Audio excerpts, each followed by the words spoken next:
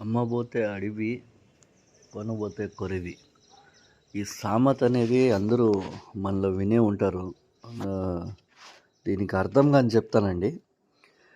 అమ్మబోతే అడవి ఒక వస్తువుని అమ్మడానికి వెళ్ళినప్పుడు దాని విలువ అనేది లేదండి.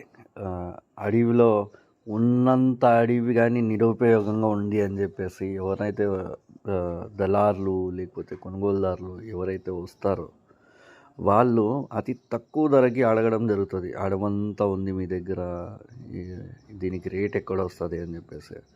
అదే మనం కొనేకి వాళ్ళ దగ్గర వెళ్ళినప్పుడు అదే వస్తువుని కొనడానికి అది కొరివిలా కాలుతున్న ధరలో ఉంటుందండి. అంటే జేబులకి భారీగా చిల్లు పడేట్లు ధరలు అనేది చెప్తారు. అదేవిధంగా నా దగ్గర ఇక్కడ కనిపిస్తున్న వీడియోలో అన్నీ 13 పొట్టేళ్ళు అనేది అమ్మకానికి ఉన్నాయండి. ప్రతి పొట్టేళ్ళు సెలక్షన్ వారీగా రైతుల దగ్గర తిరిగి మరీ 60 బ్యాచ్ తీసుకొని వచ్చాను. చిన్నపిల్లలు అమ్మేశానండి. పెద్ద పిల్లలు అనేది మాత్రమే నా దగ్గర ఉన్నాయి. ఎవరన్నా ఇంట్రెస్టెడ్ పర్సన్స్ బక్రీద్ 2026కి లేకపోతే బక్రీద్ 2026కి పెంచాలి అని చెప్పుకుంటే అట్లీస్ట్ దగ్గర దీనికి ఒక 45,000 నుంచి 50,000 పలికే పిల్లలండి ఇవి.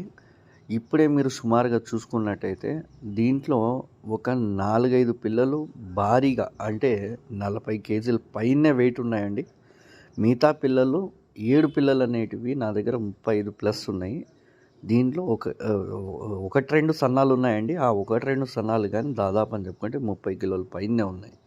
ఇప్పుడు నేను జత ప్రకారంగా 32,500 జత ప్రకారంగా అమ్మాలనుకుంటున్నానండి.